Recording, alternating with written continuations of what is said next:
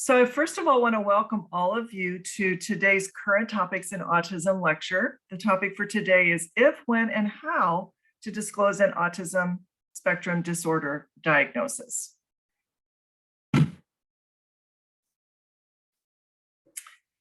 This lecture series is presented as a collaborative effort between two local nonprofits here in San Diego.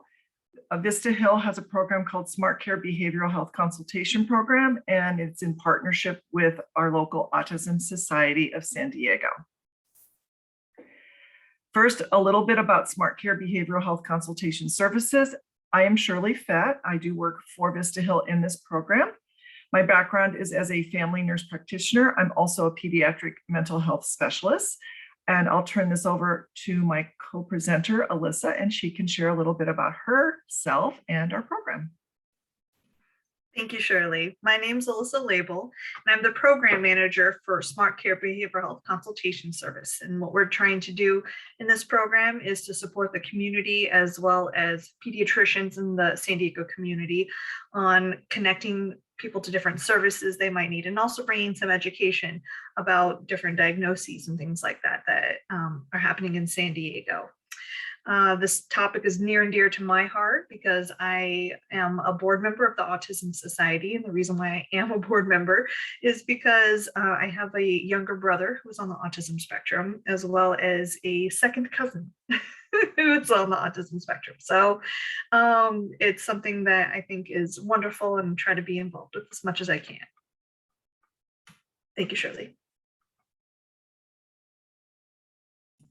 Thank you, Alyssa. And as mentioned earlier, the Autism Society is the other half of the equation for presenting this topic and this topic series to all of you.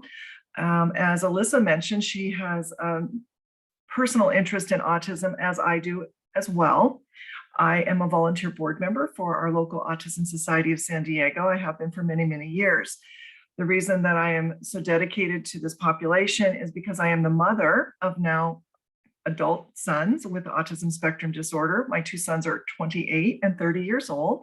In today's language, they would be considered level 3 with intellectual delay. They still live at home with my husband and I, and they're the light of our lives. And so I've really dug in and dedicated my life to helping support them, helping them have the best quality of life as they possibly can here in San Diego. Just quickly, a couple housekeeping things. We will welcome your comments and feedback in the chat. Alyssa will be helping to man that as we go through. So if you have thoughts and comments as we go through, go ahead and put them in the chat. This is a pretty full lecture, so we're just going to go through the topic and the information as we go along. And certainly at the end, we will open it up to dialogue, questions, and comments as well. But during that lecture, we'll just ask that you put anything you would like to say in the chat, and Alyssa will try and address it or summarize it as we get towards the end of our presentation. If you're interested in learning more about the Autism Society of San Diego, the mission is to improve the lives of all affected by autism. Here's our website and email and address to reach out to us if you're interested in learning more. So today we're going to talk about to disclose an autism spectrum disorder diagnosis or not. And I think that the prevailing message that I want to get across to you is you've got the power. This is a very personal decision about whether or not to disclose, what to disclose if you do decide to share an autism diagnosis with others. So I always want you to remember that this is something that you've got the power to decide and to decide how it's going to be communicated to others. And so I want you to understand that that's really where we're starting from. I think it's important to consider disclosure of an autism spectrum disorder diagnosis as a form of advocacy. Disclosure to the right people is a main way or a primary way to advocate for yourself and for your child. So for yourself, if you happen to be an individual on the spectrum, if it's someone in your family or your child, it's a way to advocate for them. When disclosure works well, it has a positive effect for interpersonal relationships, and those can be relationships with other kids in the classroom. It can be interpersonal relationships within your own family, work relationships, social relationships. On the other hand, however, when disclosure does not work well, or you disclose to the wrong person, it can lead to a lowered self-esteem, embarrassment, and relationship deterioration or termination in the case of Sometimes relationships, people say, I can't deal with you. I'm ending this friendship. I don't want to see you anymore, things like that. Disclosure is different for everyone and in every situation, and it requires thoughtful consideration and sensitivity. And remember, you don't have to tell everyone. Not everyone needs to know. So I think this needs to be carefully navigated. And I think it's helpful for us to remember not everybody needs to know, but maybe some of you are like open books and feel like you want to tell the world. That's okay too. Again, there's no boundaries on this, but I think navigating this is a very individual experience. So someone who's newly diagnosed, most of the time, but not always, it's usually a child that's newly diagnosed. So this is the family and the parents that are addressing how to navigate. That being said, there's a fair amount of adults now who are just finding out in their adult life that they are on the autism spectrum. So this could be applicable to that population as well. In general, research suggests that disclosure is an effective way to change the perception of individuals with disabilities and their caregivers. So in real speak, that just means effective disclosure can really help others who don't know anything about autism better understand what autism is like and realizing that there's many autistic people in the community. Community members are more likely to form negative perceptions about a child or an individual with a disability, such as autism, when they are unaware of the diagnosis. So as most of us know, autism is an invisible diagnosis, meaning it's not apparent to the community at large that a person has this disability, unlike individuals who are perhaps in a wheelchair or walk with a brace on or some other more outwardly appearing disability. Autism is not that way. So people without information will form their own opinions if they are not correctly informed of what's going on. I think this is an important point as well, is when you or your child is newly diagnosed, you need to consider and process your own feelings about the diagnosis. In order to be effective navigators, supporters of the individual, I think we, as the individuals in their lives who care and love them, need to also process our own feelings. Are you angry? Are you depressed? Are you anxious? And really think about how this has impacted you so that you can process that and then be a better advocate for the person you're supporting. So why would we disclose an autism diagnosis? So disclosure is about your child or the person in your life with autism being successful wherever they are. So I think saying, look, they have autism and maybe they can't right now play soccer and kick the ball with a whole bunch of kids on the field, but look, they can be really good with one other kid kicking a ball back and forth. That's where they are. So it's about them being successful and starting where they are. Disclosure, when done properly, assures that your child has their needs being met by others. You can't get your needs met by others if they don't know what's going on with you, if they don't understand what is going on. How can you expect others to just naturally figure that out? They can't. It also can facilitate a positive attitude toward autism on the part of others. So again, the messaging is about, yes, these are challenges, these things are hard, but this person also can do these things really, really well. So it can facilitate a positive attitude and a supportive attitude, I might add. Why would you not disclose? Or what might be some reasons people say, I can't do it. I can't talk about it. Maybe fearing the child's reaction. It's going to be too distressing if my child finds out they're different, or it's going to be too distressing if they find out they have autism. Maybe when you're going to try and talk to other people about it in your family, your coworkers, friends, you're afraid you won't have all the answers. They're going to start asking you all kinds of things and you don't know. So that might be another reason to say, I just can't talk about it because I don't know what to say. Fear of misunderstandings, awkwardness, and judgment from others upon sharing news of an autism diagnosis. And I think this is true all along the life trajectory. Adults, I think, have some anxiety and fear about if I tell somebody I have autism, are they going to reject me? Are they going to say, yeah, I don't want to be around you? Similarly with kids, if they find out your child has this diagnosis, are they going to react in judgment? There's also the issue of timing. People may not disclose because they don't know quite the right time. What's the correct time and way to discuss an autism diagnosis with their child and with others? So timing is also sometimes a reason for people to say it just never was the right time, or I didn't feel they were ready. So I think one of the ways to begin the journey of disclosure, and whether you will or won't disclose about yourself or your child, is learning about autism spectrum disorder as best you can yourself. Gather as much information about autism as you can is the first step towards telling others. I think it's good to have some general information about just the common signs and symptoms of autism, but I think it's also important, because remember, this is about advocacy for yourself or your child, to think about how autism uniquely presents in your child, including their strengths and challenges. So I think that you can say, large groups are really hard for my son. It's just too overwhelming for them. But they're really, really good at building Legos with one other kid. They would play really great with one other child, or that's just one example. So think about, what are they really good at? What do they really enjoy? And also focus on that as being a strength of theirs. There's a really great teacher who's written a couple of books. Her name is Paula Kluth, K-L-U-T-H. And she wrote this really great book. It's called Just Give Him the Whale. And I do recommend reading it, because basically she says, look, if your kid is really into Disney, use it. Use it as a strength. Use it as a way to teach them new skills. Use it as a way for them to connect with other kids. Yes, it's an obsession, but just let them be and love what they love. They're going to be much happier and find other kids or other people that really share that experience and help navigate that for them. So again, using their strengths as a way to support them. Autism Speaks has the first 100-day kit. It is free on their website. There's a link here for it, and it has a lot of useful information for these early days and weeks after a diagnosis is found. And they have one for teens and adults as well. So I do encourage you to take a look at that if you're interested.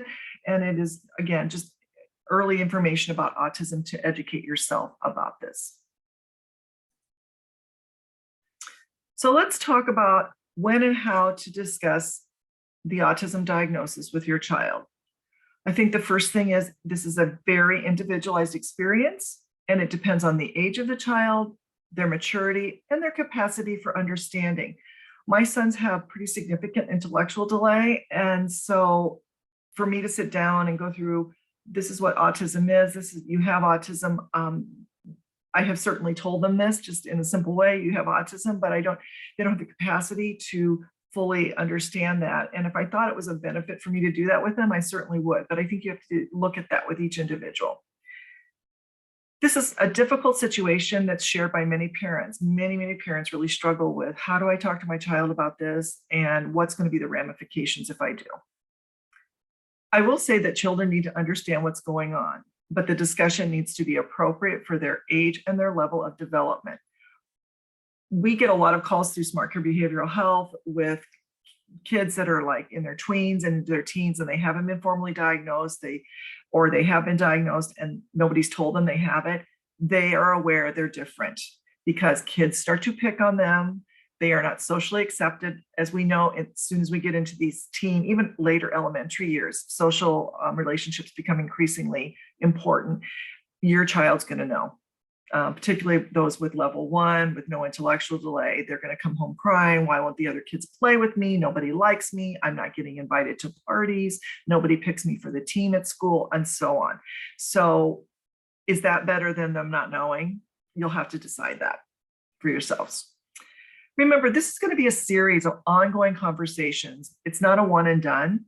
So maybe you just start sharing bits of information. You have this diagnosis, and this is why, and this is why sometimes you struggle at school with making friends, and we're going to help you with that. But remember, you're really, really good at this, so we're going to work on these things. So it's going to be an ongoing conversation with the person in your life.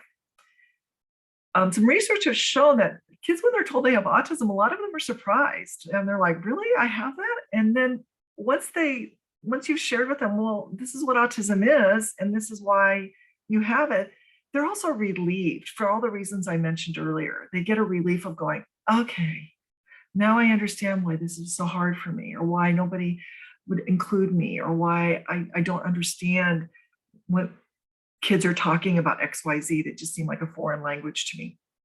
And you certainly want to focus on information that's relevant to the child's perspective, such as how it affects, again, making friends or their learning style.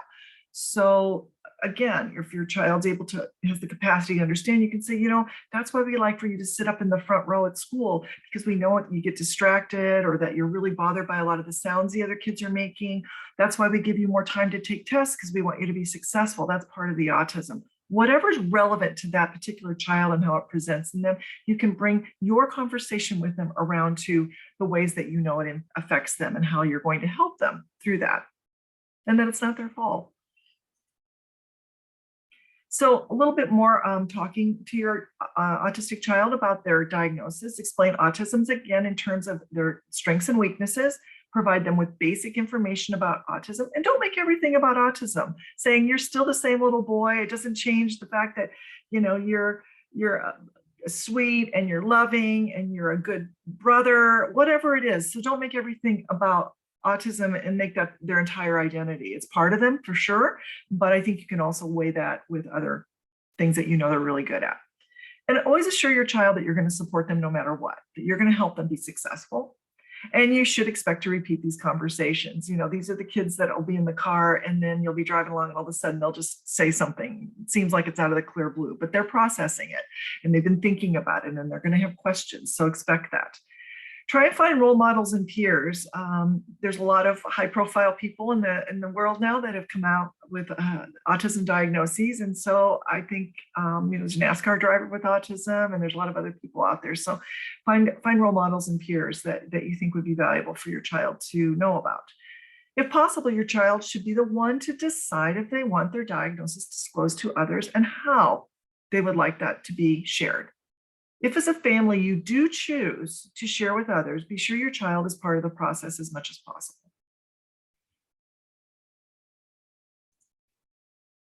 So now you've told your child, now you got to talk to your family and friends about this and things that you might hear.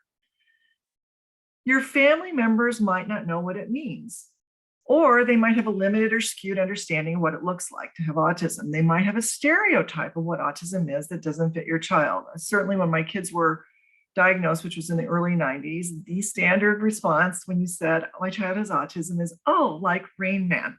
Rain Man had come out at that time.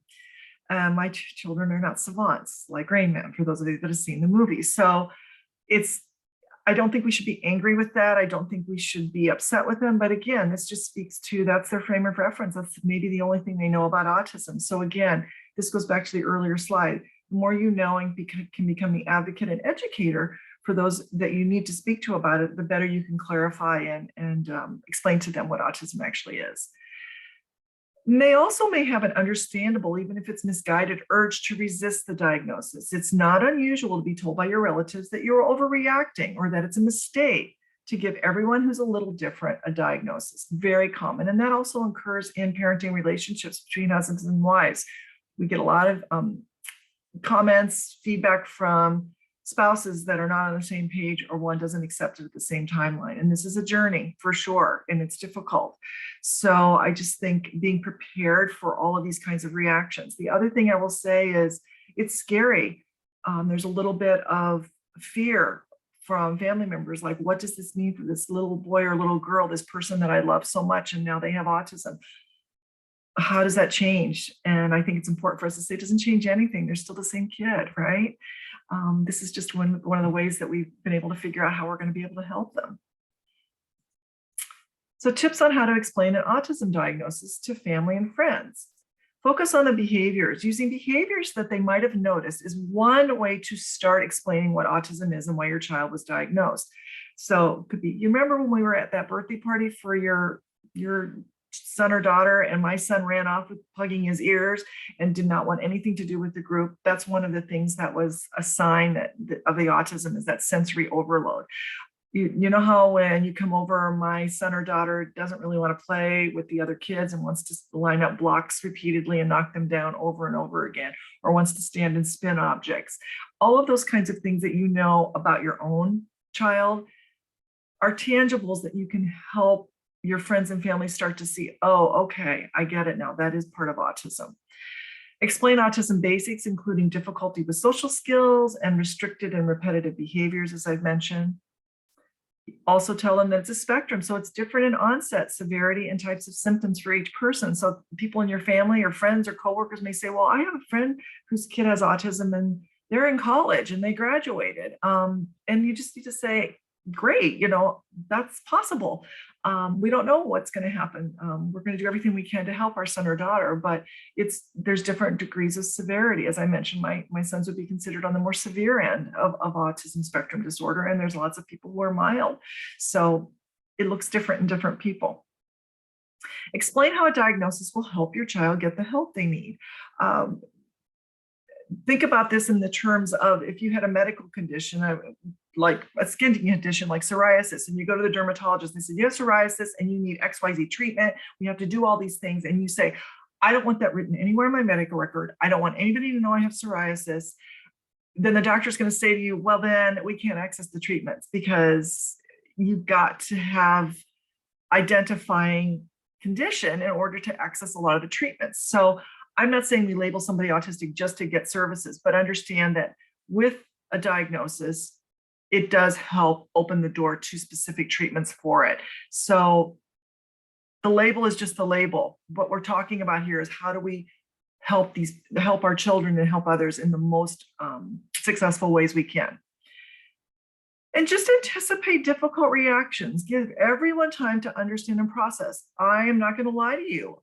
Some of my friends from when my boys were really young withered on the vine. I didn't have kids that are going to be part of the mommy and me group. And it never came to pass that just what didn't happen. So yeah, your friend groups may change.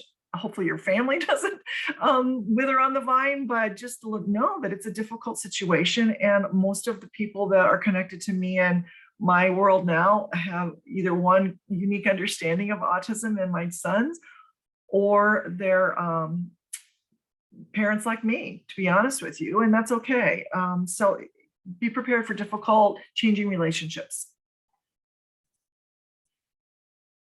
Telling peers. So this is, we're going to talk a little bit more at the end about adults, by the way. So I'm focusing more on children with autism spectrum disorder as they navigate through elementary, middle, and high school.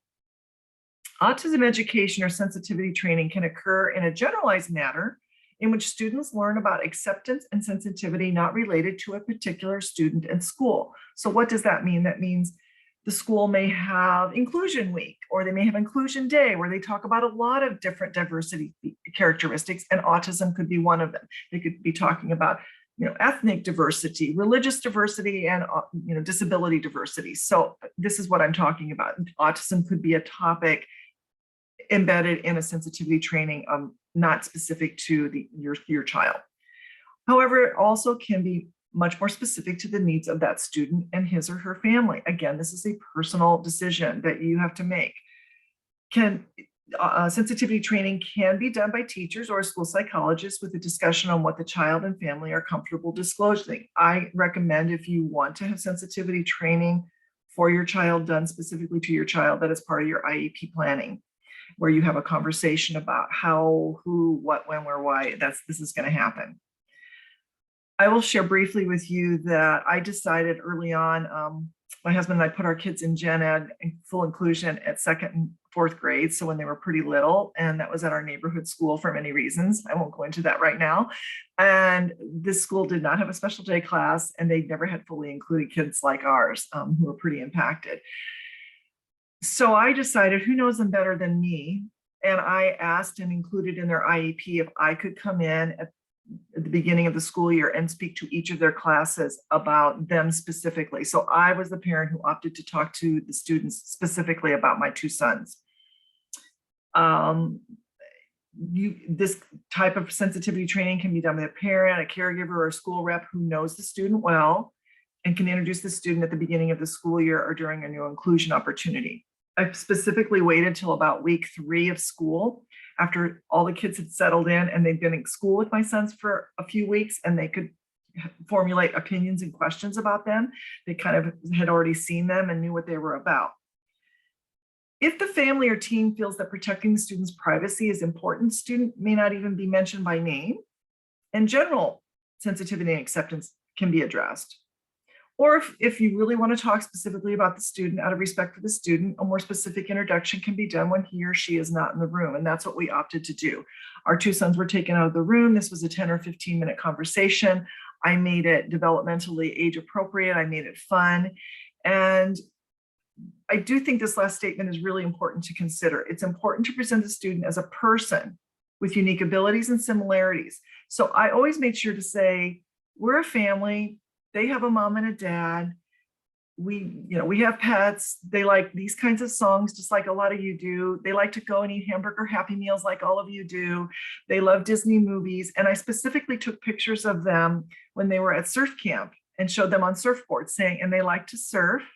And a lot of the kids were so excited about that. And we also had a very large trampoline, which we still do to this day, that they jump on. And I said, and they're fantastic on the trampoline. So yes, I pointed out the challenges they have, but I also made sure that I presented them as things that are like them. And the students, the kids were amazingly accepting. And the teachers always told me after that there was a 180-degree shift in the way the students perceived my sons, accepted them, and their willingness to help them.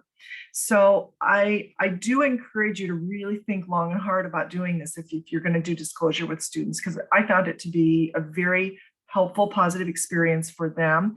I was always worried as they got older about bullying. And the teachers used to say, oh no, all these kids have known your sons for a long time and they get it and they support them and they would look out for them if that ever happened. So there's a lot of collateral benefits perhaps to doing something like this for you to consider. Community disclosure, or the why can't you control your kid moment. Who's had that happen to them? Me, many times.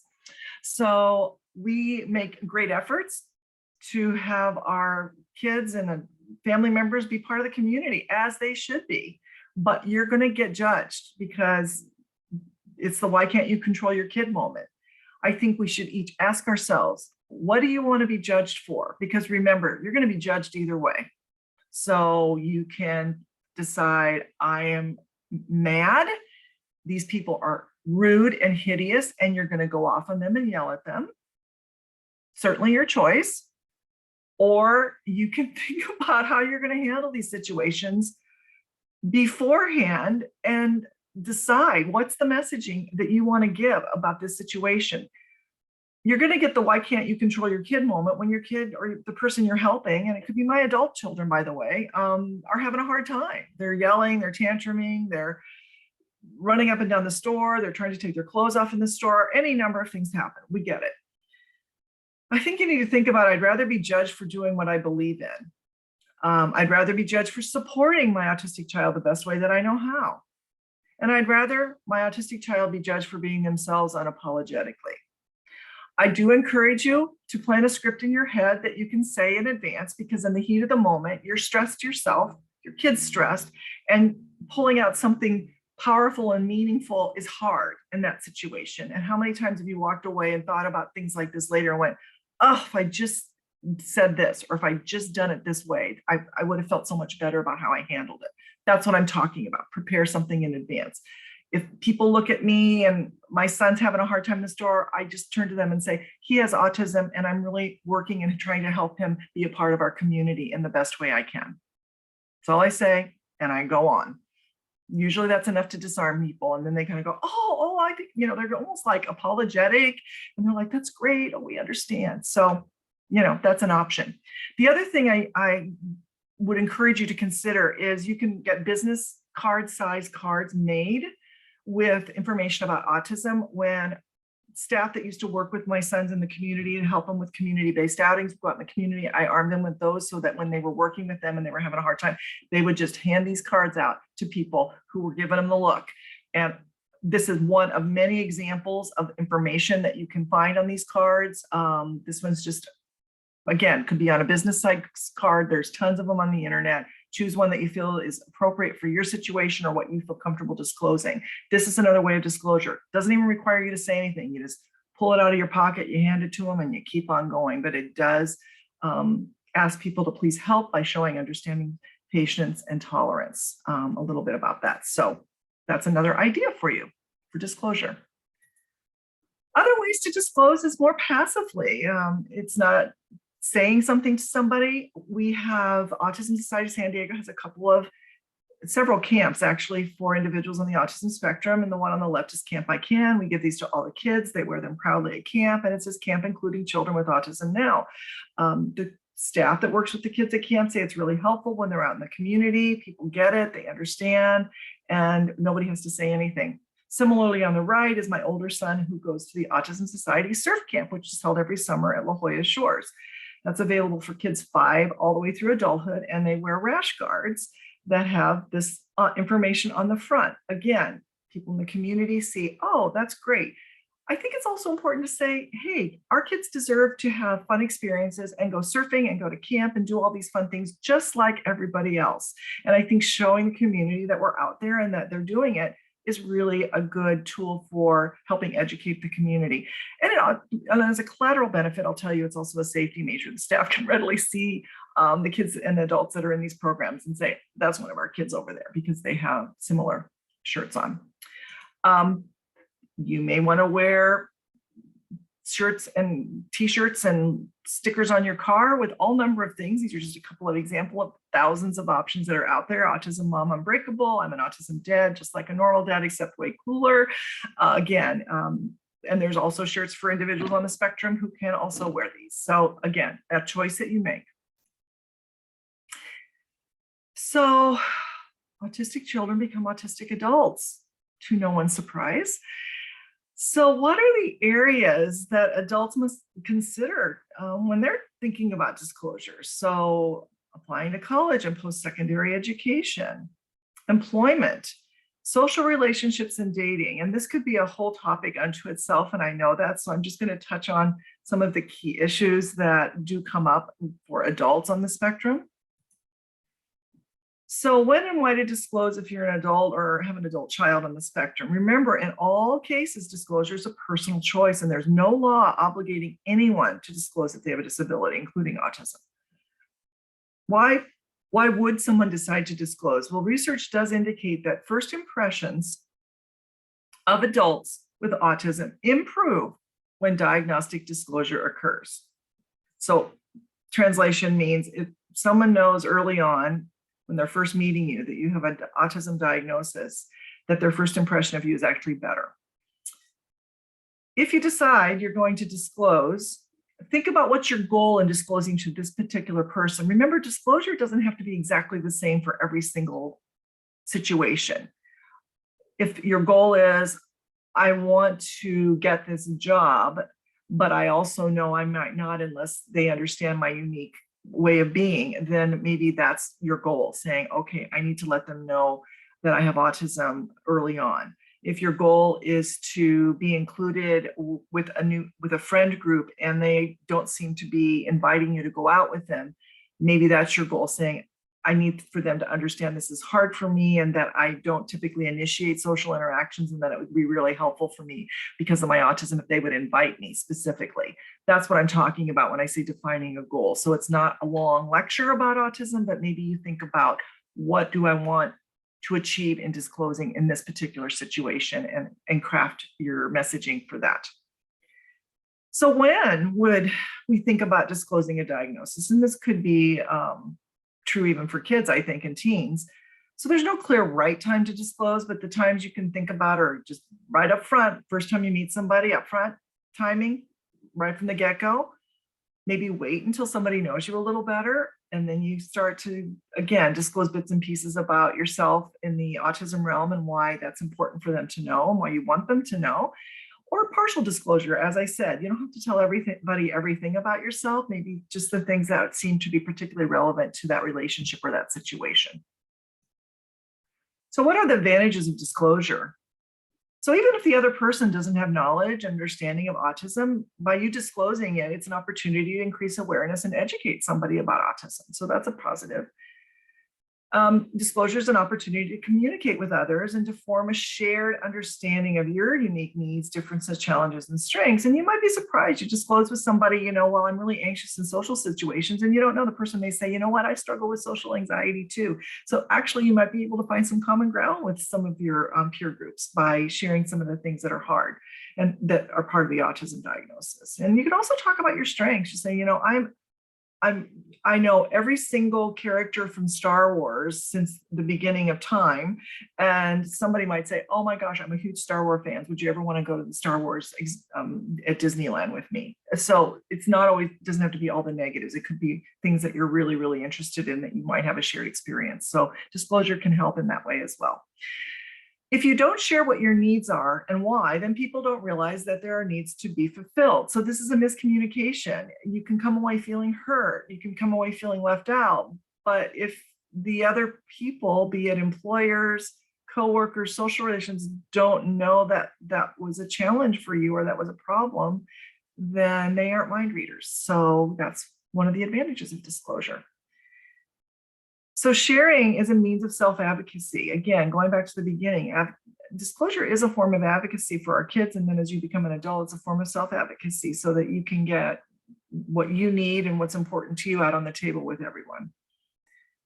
The more the disclosure happens, the more valid and reliable the picture of what it means to be an autistic adult is. So again, goes back to people have misconceptions, misunderstandings, don't know what autism is, and you can be a champion for that by disclosing what autism looks like in an adult. So some of the possible negatives of disclosure is it might not always yield the desired results if the other party lacks understanding and awareness. So you may tell somebody and they're like, I can't deal with that, bye, right? There's no way for you to reliably predict the other party's response to your information. So we hope it goes well. We hope it's positive, but it might not. They might go, oh, yeah, I'm not interested in being in a relationship with somebody who has autism. As brutal as that sounds, it could happen. For people who lack understanding, their behavior in response to disclosure might reflect their misperceptions of what it means to be on the autism spectrum. So again, not everybody understands it and everybody is going to appreciate that. And so it could be that. And the other thing that could happen is sometimes when a person finds out an adult has autism, they treat them more childlike, like they're babies or they're little. So again, that could be a misperception. And I think I was going to open this up to Alyssa because she had shared with me as we were reviewing this, some of her experiences with disclosure amongst her people, if you wanted to share that. Yeah. It's definitely a mixed bag. And one thing is, I really thought that some people would react a certain way or be supportive, and they surprised me. And I did receive a lot. My brother, in today's language, would be considered level 1 autism, and they called me a liar. They sometimes would say that, this is an excuse you're using. For X, Y, and Z. And so that was really hard to hear, that someone just doesn't believe you or invalidates your own diagnosis. So that was tough. But on the flip side, I had some friends that I was finally with my family's journey is there was no disclosure until I myself was an adult with my family. And there's still fairly limited disclosure that happens. And once I finally had to kind of take ownership of it myself to say, no, this is my experience. I was raised with a sibling who has autism. And I had so many friends that told me, like, that explains so much, that just, we knew something was going on. We wish we had been more supportive of you. And so in some ways it was surprising, and it's kind of a 50-50, but I will say that the people that it was more positive, well, I'm much closer to them now, and they reach out, and I feel a lot more connection there. So I don't have any regrets in disclosing, but there definitely is some curveballs ahead. So prepare. So thanks for that, Alyssa. That was helpful. And then individuals that are adults that are seeking employment. There's no law that requires you to disclose any disability when you're applying for a job. And employers are not supposed to discriminate based on disability, whether they hire you or not. That's also in the law. So maybe some advantages of disclosing from the get-go is allows the applicant, the person on the spectrum, to relax about the employer possibly finding out. So that masking, like, I don't want to reveal that I have autism, and feeling like you really have to be mindful of your own mannerisms and the way you speak and so on to try and cover it up. So that goes away if you've disclosed. Prepares the employer to consider what accommodations they are able to offer. So hopefully this is a very progressive employer who's like, no problem with autism, just, we'll figure this out. And they can look at you and saying, yeah, we want you to come work, and we'll try and make some accommodations that work for you to be successful here. Of course, the cons are it may harm your chances before they have a chance to demonstrate strengths and capabilities. So you disclose, you get the job, and then at some point you disclose to your employer, hey, I have autism. Is that a way for them to say, well, we're not going to promote this person? There's no way they could ever be promoted or transferred to XYZ departments if they've got autism. So it could harm your chances before you even have a chance. And there's no way of knowing if the reason they didn't hire you, if you didn't get the job, is because they found out you had autism. As we know in today's market, that there's a lot of jobs out there, but all an employer has to say is, oh, we had 20 really great applicants and we just hired somebody that was more qualified. That's all they have to say. They don't have to really be honest if that was the reason, is that you had autism, which is unfortunate, but could happen. Other considerations: immediate disclosure may make finding a job more difficult. However, when your adult does find employment, they are less likely to have autism-related problems on the job. So if the employer knows that this person has autism, they're less likely to have problems on the job because, again, disclosure just lets everybody know, okay, meeting's over, everybody's sitting around chit-chatting, drinking coffee, but you're the person that gets up and leaves abruptly because you're done. And everybody goes, wow, was he mad, or did we offend him, or what happened? And really, maybe it's because that's the autism speaking, saying, when the meeting's over, I got to get up and leave. But if they don't know you have autism, a behavior like that could be perceived as being rude, or that they upset you somehow. So you can see how even something as simple as that could be misinterpreted by coworkers. Hire Autism is a website dedicated to information about helping individuals become employees. So if you're interested in this topic, I think that's a really great resource, hireautism.org. It's a nonprofit that was started for this purpose because there's lots of people that need information and help in this area. How do I tell a date I'm autistic? So dating is just hard in general for even non-autistic people. So if you're on the spectrum out there, we feel you. It's a daunting and very personal decision. How, where, and when do I tell someone that I'm romantically interested in? And then you have to think about what to tell somebody. If you decided, yeah, they need to know, so what to tell is usually not a one and done conversation. As I said earlier, when you're sharing with your child or another person in your life that you have autism, it's usually a conversation that occurs over multiple meetings. It may include what a person is sensitive to, what triggers their anxiety, how socially conscious they are, and what's the person's life experience with autism. So these are things to consider. And be sure to share the positives about the person or yourself. As I said earlier, if you're a huge Star Wars fan and you date somebody who's also a Star Wars fan, just say, this is fantastic. I'm all in for that. It's generally best to have this conversation in person. I don't think this is a conversation that should be done through texting or emailing. So I do encourage, now that COVID's hopefully lightening up and we can start seeing each other in person again, I think this is a good conversation to have in person. Individuals who are less verbal, as in the case with my sons, I'm always concerned now that they're adults out in the community with safety. And if I'm not there and they get stopped by law enforcement or they get lost and someone walks up to them and says, who are you, what's going on? Or law enforcement stops them or tries to stop them and they run off. I have made sure that they have ID cards in their wallet that have this kind of messaging on it. And then on the flip side, I have their personal information, which I'm going to show you on another card. These are readily, again, available from multiple sites. And again, it's a form of disclosure in a different way that you might not have always thought about.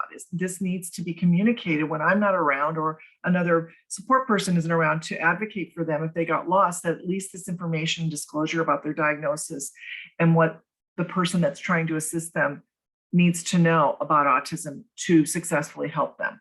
So I do encourage you to think about this if it's applicable in your situation. One of the IEP goals as our sons got older, by the way, was learning to carry a wallet on them all the time. And they're fantastic with it. They never leave the house without their wallets now. So that can be a transition IEP goal or something you can start working on in high school, as well as, carrying a wallet or carrying personal identification on them at all times. I think that's a useful tool. This is another one that shows a picture of what the emergency contacts on the backside is. Again, just a different version of this. These are readily available in multiple locations that discloses to someone who's trying to assist them. So just something to think about there. So in summary, only people you choose can know about an autism diagnosis. Communicating an autism diagnosis is ultimately about making needs known. Disclosure is also about addressing misconceptions about autism, and this is going to be an ongoing process. In most cases, the benefits of disclosing a diagnosis far outweigh the risks. It's better communication that occurs between people. It helps avoid misunderstandings or misconceptions. It helps an individual access accommodations more readily, and it helps increase awareness and understanding. And all of those things I think are really important over the trajectory. Are there going to be situations, individuals like Alyssa alluded to? I've had those experiences, the isolated incidences where people don't respond in a good way, of course, but I still think the overarching benefit is there, and I really hope all of you consider this for yourselves. There's a lot of really great information out there about autism, and I did try to break this down into categories. Most of you probably heard of Temple Grandin. She's probably the most well-known United States autistic woman, and she's a really fantastic speaker talking about her experiences with autism. A movie's been made about her, and she has a lot of really valuable feedback for individuals on the spectrum, as well as people who work with and have family members on the spectrum. So I just thought I would pay an homage to her and have her picture here for all of you to see. Several options here of websites with multiple resources for parents and family members who are seeking information, and then how to talk to young children about autism. There's also some information in there about how to talk to peers and siblings about my brother, my classmate has autism. There's a whole lot of information on these sites. And for adults, there's another website that's focusing on learning about adults on the autism spectrum. And so again, these are available for you to peruse and decide what might be of use to you. I want to thank all of you for your attendance and participation today. I'm going to direct you to the Autism Society San Diego YouTube channel, where we have a playlist called Current Topics in Autism. This, as well as all of the other lectures we've done previously, will be on that site for you to view and to review or share with others who maybe were unable to be here. If you'd like a hard copy of the presentation today, you can contact Alyssa and I at the email address listed here, the BHCS period provider at Vista Hill. We're happy to share that with you. And again, our names for you. And as you know, this was week 4, diagnosis and disclosure. Next week, we're going to talk about what is the life plan. That's a big topic. And then we have one more after that, the benefits of living in San Diego. So we hope all of you consider joining us, but if not, these, as well as all of the others, will be on our YouTube channel.